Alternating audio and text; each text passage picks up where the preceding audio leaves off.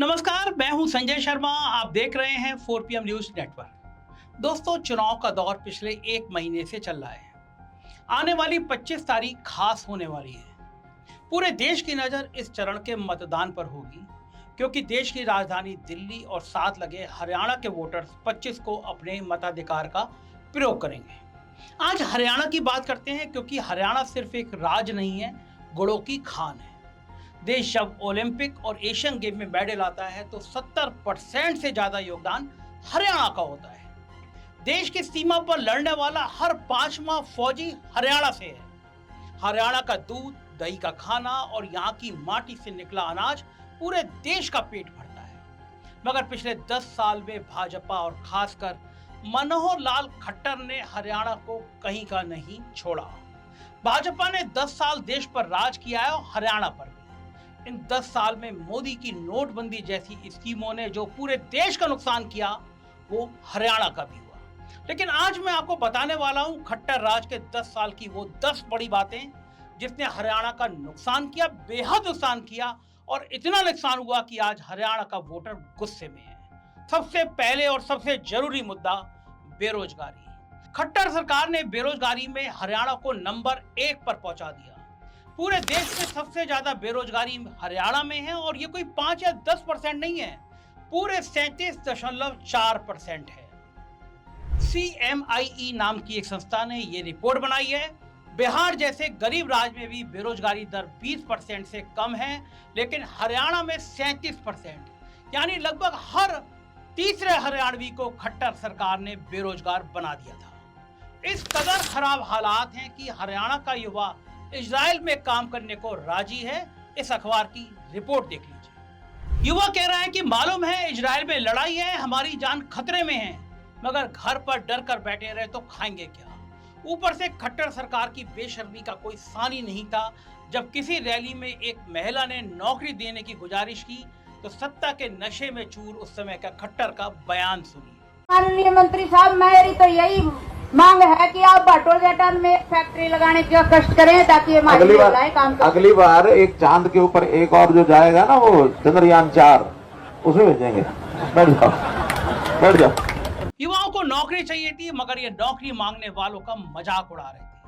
और नौकरी के बदले में खट्टर दे क्या रहे थे, बताता हूं इस अगले पॉइंट में। खट्टर राज की पैदा की गई दूसरी सबसे बड़ी समस्या है नशा।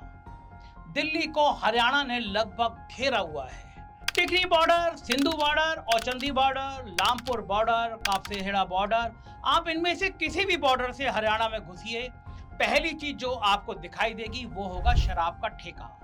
सुप्रीम कोर्ट ने 2016 में कहा था कि हाईवे के पास कोई शराब की दुकान नहीं होगी, लेकिन कभी जीटी रोड पर दिल्ली से चंडीगढ़ का सफर करके देखिए। 250 किलोमीटर की इस दूरी में 200 किलोमीटर हरियाणा से होकर गुजरना पड़ता है। सोनीपत, पानीपत, करनाल, कुरुक्षेत्र और अम्बाला नाम के 5 जिले जीटी रोड पर बसे हुए हैं। इन सब जिलों में बिल्कुल हाईवे के ऊपर इतनी शराब की दुकानें हैं कि आप गिनती भूल जाएंगे। आपने बहुत खबरें पढ़ी होंगी कि दिल्ली से हरियाणा के मरथल में कुछ दोस्त पराठे खाने गए, शराब पी और एक्सीडेंट में उनकी मौत हो गई। जीटी रोड पर बसा मुरथल ऐसे ही एक्सीडेंट का एक बहुत बड़ा स्पॉट बन चुका है। लेकिन उस समय खट्टर साहब को इसी जीटी रोड पर शराब बेचने से फुर्सत नहीं थी। यही हाल जिलों को जोड़ती हुई सड़कों का है। हरियाणा के एक गांव से दूसरे गांव में जाइए, सड़क पर कुछ मिले या नहीं मिले, ठंडी बियर के बोर्ड लटके मिल जाएंगे। और अभी 4 दिन पुरानी खबर देखिए, गुड़गांव में अब शराब बेचने वाले होटल रात को 12 बजे तक खुले रहेंगे। तो ये तय हो गया था कि उस समय खट्टर साहब का नौकरी देने का कोई इरादा था ही नहीं। उनका इरादा था कि युवाओं को नशे में धुत रखने का, ताकि वो नौकरी मांग ही नहीं सके। मगर उस समय खट्टर सरकार ने ऐसा क्या किया कि बेरोजगारी इतनी बढ़ गई। देखिए, हरियाणा खासकर अपनी 3 चीजों के लिए जाना जाता है और रोजगार भी पाता है। वो है फौज में भर्ती, खेल कूद की मस्ती और किसान की हस्ती। खट्टर ने तीनों को मिट्टी में मिला दिया। देखते हैं अगली स्कीम, अग्निपथ स्कीम। 2022 में मोदी सरकार ये स्कीम लेकर आए, जिससे भर्ती होने वाले को अग्निवीर बोला जाता है। 4 साल नौकरी कराने के बाद 100 में से केवल 25 को परमानेंट भर्ती मिलेगी, बाकी को घर भेज दिया जाएगा। इस स्कीम का सबसे बुरा असर हरियाणा, पंजाब, उत्तर प्रदेश जैसे राज्यों में पड़ा है, जहां का युवा देश की मिट्टी का कर्ज चुकाने के लिए बढ़ चढ़कर फौज में भर्ती होना चाहता था। मगर सोचिए, किसी 20 साल के युवा ने अग्निपथ स्कीम के तहत नौकरी पाई और फिर 24 साल की उम्र में उसको घर भेज दिया गया। इस बीच सरकारी नौकरी की मेहनत करने में उसके 4 जरूरी साल खराब हो गए। इसलिए फौज की भर्ती की तरफ युवाओं का उत्साह कम हो गया।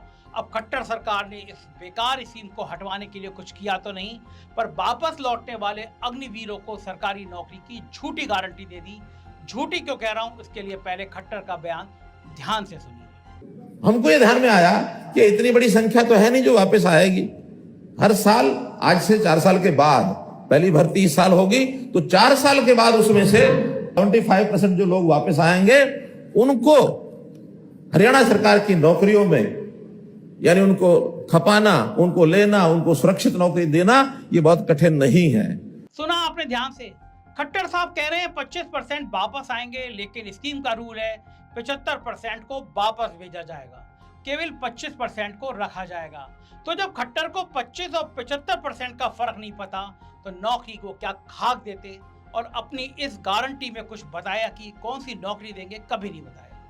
अगर पुलिस में देंगे तो समझ आता है, लेकिन अगर गार्ड या चपरासी बना दिया तो फिर एक ट्रेंड सैनिक ऐसी क्यों नौकरी करेगा। लेकिन ये तो बाद की बात है, गारंटी में सच्चाई होती है तो लिखित में होती है, नियम कानून का ब्यौरा होता है, मगर कुछ नहीं।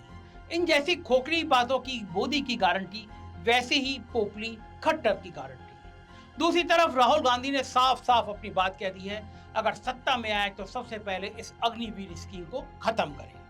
अग्निवीर योजना को हम उठा के कूड़ेदान में फेंक देंगे। ये योजना हिंदुस्तान की सेना को नहीं चाहिए। अगले पॉइंट पे आता हूं, किसानों की हालत। हरियाणा का किसान ज्यादातर गेहूं और धान उगाता है। हरियाणा सरकार की अपनी वेबसाइट पर एक नजर डालते हैं।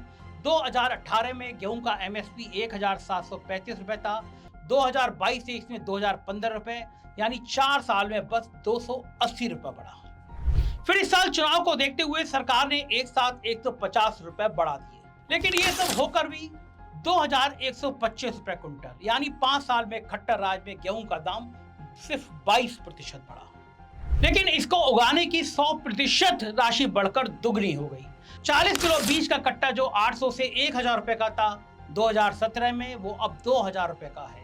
450 रुपए का डीएपी का खाद का बैग अब 1350 रुपए में आता है, उसमें भी मोदी जी की फोटो लगी होती है। मान लेते हैं कि एमएसपी तो केंद्र की सरकार तय करती है, मगर खट्टर साहब ने बीज के कट्टे और खाद के बैग महंगे ना हो इसके लिए क्या किया? कुछ नहीं किया। और इस बढ़ती महंगाई के खिलाफ और एमएसपी को कानूनी अधिकार बनाने के लिए जब किसान 2020 में सड़क पर उतरा तो खट्टर ने कहा इनके बीच खालिस्तान के लोग हैं, खालिस्तानी है। इनपुट ये है कि कुछ इस प्रकार के अनवांटेड एलिमेंट्स ये इस भीड़ के अंदर आए हुए हैं, और हमारे पास रिपोर्ट्स जो हैं, अब इसका खुलासा अभी करना ठीक नहीं है। ये सुनकर हरियाणा का किसान बौखला गया। पंजाब के अपने किसानों को बड़ा भाई बताते हुए हरियाणा का किसान भी इस विरोध में कूद पड़ा। लेकिन खट्टर के किसानों के लिए नफरत कम नहीं हुई। अब 2024 में किसानों ने अपनी अधूरी मांगों के लिए फिर से विरोध जताया, तो खट्टर के इशारे पर हरियाणा पुलिस ने अंबाला के शंभू बॉर्डर पर कोहराम मचा दिया। पाकिस्तान से लड़ने के लिए इस्तेमाल होने वाले ड्रोन से आंसू गैस के गोले किसानों पर छोड़े गए। खट्टर की हमदर्दी ना फौजी के साथ है, ना किसान के साथ, भला पहलवान के साथ कहां रहती। आइए अगले मुद्दे पे बात करते हैं, वो है महिला पहलवानों की बेइज्जती। वैसे तो हर समाज अपनी महिला की रक्षा करना जानता है, मगर हरियाणा के आदमी के लिए बहू बेटी की इज्जत के ऊपर कुछ नहीं होता। इसके लिए वो सर कटाने को तैयार रहता है। हरियाणा का आदमी इतना आत्मसम्मान वाला होता है। मुझे पता है आप सब ब्रजभूषण के खिलाफ पहलवानों के धरने को नहीं भूले होंगे। हरियाणा की बेटियों ने चीख चीख कर ब्रजभूषण की काली करतूतें बताई, कैसे उनकी गंदी नजर और हरकत का शिकार हमारी ये बहनें हुई। हरियाणा की बहन और बेटी पहलवान साक्षी मलिक और विनेश फोगाट ने आवाज उठाई तो मोदी और अमित शाह के नीचे आने वाली दिल्ली पुलिस ने उनका ये हाल किया। और क्योंकि मामला हरियाणा से जुड़े पहलवानों का था तो खट्टर का बयान देना जरूरी था। उनका ये बयान भी सुन लीजिए। देखिए, अब ये अपने आप में खिलाड़ियों को खेल की तरफ ज्यादा ध्यान देना चाहिए। खट्टर अपनी ही माटी की बहन बेटियों को खेल पर ध्यान देने को कह रहे हैं, अपराध के खिलाफ आवाज उठाने को राजनीति कह रहे हैं। लेकिन कुछ दिन पहले 10 मई को कोर्ट ने ब्रजभूषण पर चार्ज लगाया। कोर्ट ने कहा पर्याप्त सबूत है कि चार्ज लगना चाहिए। अब तो खट्टर ने कुछ नहीं बोला।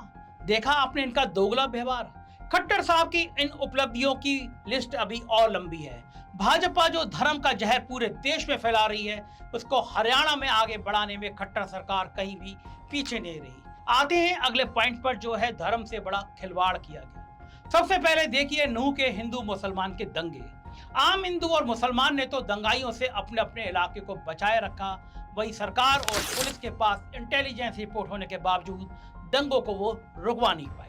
ये खट्टर साहब का कोई पहला एडमिनिस्ट्रेटिव फेलियर नहीं था। याद कीजिए 2014 खट्टर जी नए नए मुख्यमंत्री बने थे, पूरे जोश में थे, लेकिन हिसार के बाबा रामपाल और उसके दंगाई भक्तों को कंट्रोल करने में खट्टर लगभग नाकाम रहे। पूरे एक हफ्ते की मेहनत और 200 लोगों को चोट लगी, फिर रामपाल गिरफ्तार हुआ। कुछ ने आरोप लगाया कि खट्टर सरकार रामपाल पर नरम है, कहीं हिंदू वोटर नाराज ना हो जाए। खैर ये तो आरोप थे, मैं एक दूसरे केस की हकीकत बताता हूँ। रामपाल तो 2014 में फिर भी आरोपी था, सजा याफ्ता मुजरिम तो 2018 में हुआ। लेकिन बाबा राम रहीम को देखिए, 2017 में 2 लड़कियों के साथ बलात्कार के अपराध में 20 साल की सजा हुई, जेल में बंद है। लेकिन जेल का प्रशासन है खट्टर सरकार के उस समय हाथों में था, और खट्टर सरकार ने पिछले साल इस रेप के अपराधी को 3 बार पैरोल दी। 40 दिन जनवरी में, फिर 21 फरवरी में, और फिर दोबारा 21 दिन नवंबर में। नवंबर में ही आदमपुर में उपचुनाव होने थे।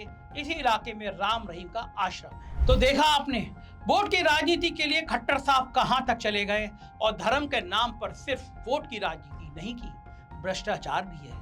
2018 में आरटीआई से एक बड़ा खुलासा हुआ। कुरुक्षेत्र में गीता महोत्सव चल रहा था। हरियाणा सरकार ने 3,80,000 रुपए खर्च करके मात्र 10 गीता खरीदी, मतलब एक किताब 38,000 रुपए की। अगर ये साफ साफ भ्रष्टाचार नहीं है तो और क्या है। ये तो हुई धर्म की बात, अब जाति बिरादरी की भी बात कर लेते हैं। हरियाणा का आदमी 36 बिरादरियों में बटा हुआ है, मगर साथ साथ प्यार से रहता है। इस ताने बाने को भी 2016 में तार तार कर दिया गया। अगला पॉइंट मैं आपको बताता हूं कि किस तरह 2016 में हिंसक आंदोलन किया गया। जाट रिजर्वेशन की मांग का आंदोलन अचानक हिंसक हो गया था, मगर हिंसा करने वाले अपराधियों को पकड़ने में प्रशासन नाकाम रहा। अपराधियों की हिंसा को खास जाति द्वारा की गई हिंसा बताकर झूठी खबरें फैलाई जाती रहीं, मगर प्रशासन ने कोई सफाई नहीं दी। इससे जो नुकसान हिंसा के वक्त हुआ वो तो हुआ, अगले कई सालों तक बिरादरी के भाईचारे में दरार आ गई। दंगों की छानबीन के लिए प्रकाश सिंह कमीशन बनाया गया। कमीशन की 417 पेज की रिपोर्ट का 187 नंबर पेज देखिए। पार्ट 11.6 और 11.7 में रिपोर्ट कहती है कि सरकार और प्रशासन पूरी तरह से फेल हो गया। पहली लाइन ही कहती है कि ऊपरी तंत्र को मानो लकवा मार गया था, और यह है खट्टर साहब का एडमिनिस्ट्रेशन। 2 ही तो शहर हैं हरियाणा में जो देश के किसी भी बड़े शहर को टक्कर दे सकते हैं। हुड्डा सरकार द्वारा डेवलप किया गया रोहतक, उसे खट्टर साहब ने जलने के लिए 2016 में छोड़ दिया। अब दूसरे शहर की बात कर लेते हैं। पॉइंट नंबर 8 में गुड़गांव के बुरे हालात। गुड़गांव पहले अपने मॉल्स के लिए जाना जाता था, बड़े बड़े मॉल थे। फिर इसकी पहचान आईटी हब के रूप में हुई। व्हाइट कॉलर कामकाजी लोग गुड़गांव में शिफ्ट होने लगे। लेकिन पिछले कुछ साल से गुड़गांव एक और चीज के लिए जाने जाता है, आइए दिखाता हूँ मैं आपको। Rainfall is not consistently spread over the course of several days, but there are short, intense spells of rain that would explain the urban travesty that we're seeing on our screens. ये नाव किसी नदी में नहीं चल रही है, गुड़गांव के सोहाना road पर चल रही है। हर साल बारिश के मौसम में गुड़गांव का यही हाल होता है। खट्टर और भाजपा के पास हर समस्या का एक ही इलाज है, नाम बदल दो। जैसे योगी आदित्यनाथ ने इलाहाबाद को प्रयागराज कर दिया, वैसे ही खट्टर ने गुड़गांव को गुरुग्राम कर दिया। इनके हिसाब से समस्या खत्म। मगर गुड़गांव के आम आदमी से पूछिए, करोड़ों रुपए के फ्लैट हैं, लेकिन सड़क पर रोज घंटों जाम लगता है, और बारिश के मौसम में तो गाड़ी छोड़कर नाव की सवारी करनी पड़ती है। समस्या सालों से है, मगर खट्टर सरकार के पास समाधान कभी नहीं निकला। 2014 में रामपाल, 2016 में रोहतक की हिंसा, 2017 में राम रहीम का खेल, 2018 में गुड़गांव का हाल बेहाल। हरियाणा की जनता ने ये सब देख लिया था, इसलिए सरकार बदलने के इरादे से 2019 में वोट किया। लेकिन वहां भी खट्टर साहब खेल कर गए, और वो खेल था जोड़ तोड़ की राजनीति। 2019 का चुनाव कांग्रेस और जेजेपी ने मिलकर लड़ा था। जनता ने उसी हिसाब से वोट भी दिया था। सरकार बनती, मगर लालच के अंधे जेजेपी अध्यक्ष दुष्यंत चौटाला ने भाजपा से हाथ मिला लिया और सत्ता के भूखे खट्टर ने हाथ थाम भी लिया। अब 2024 तक आते आते नौबत आ गई है कि दुष्यंत चौटाला को तो हरियाणा के लोग गांव में घुसने नहीं दे रहे हैं, भगा दे रहे हैं और भाजपा ने चेहरा बदलने की कोशिश की। खट्टर को हटाकर नायब सिंह सैनी को मुख्यमंत्री बना दिया, लेकिन दूसरे दलों के एमएलए तक जनता का गुस्सा और मूड समझ चुके हैं। हरियाणा की भाजपा सरकार आज माइनॉरिटी में है, मगर बहुत जरूरी है कि भाजपा को हरियाणा के लोग भारी अंतर से पहले लोकसभा में हराने की बात करें और फिर राज्य के चुनाव को देखें, नहीं तो ये फिर जोड़ तोड़ करके वोटर की इच्छा और उसके फैसले का अपमान कर देंगे, ऐसा वहां के लोग कहने लगे हैं। और इसी बात से जुड़ा है खट्टर के 10 साल के कुशासन का आखिरी और 10वां पॉइंट, वो है खट्टर का ऊंचा और अंधा घमंड। जैसे भाजपा देश में 400 पार का नारा लगा रही थी, खट्टर हरियाणा की 10 में 10 सीट जीतने का दावा कर रहे हैं और अभी उस स्वर में नए मुख्यमंत्री सैनी भी वही बात दोहरा रहे हैं। देश भर के 5 चरण के चुनाव में मोदी के 400 पार के दावे की हवा तो निकल चुकी है। हरियाणा की 10 सीट एक साथ 25 तारीख को वोट करेगी। उस दिन हरियाणा का वोटर भी झूठे घमंड की हवा निकालेगा, ऐसा लोगों का मानना है। हरियाणा का आदमी कुछ भी भूल सकता है, मगर बेइज्जती नहीं भूलता। भाजपा की खट्टर सरकार ने हरियाणा के किसान को आतंकवादी कहकर बेइज्जत किया, पहलवान बेटियों पर राजनीति करने का आरोप लगाया, नौकरी मांगने वालों का मजाक उड़ाया। अब 25 तारीख को मुझे उम्मीद है कि हरियाणा का वोटर ये सब याद करते हुए एक अच्छे बदलाव के लिए वोट करेगा। शुक्रिया इस वीडियो को देखने के लिए। मुझे आपकी राय का इंतजार रहेगा। चैनल को ज्वाइन कीजिएगा, सब्सक्राइब करिएगा। Thank you.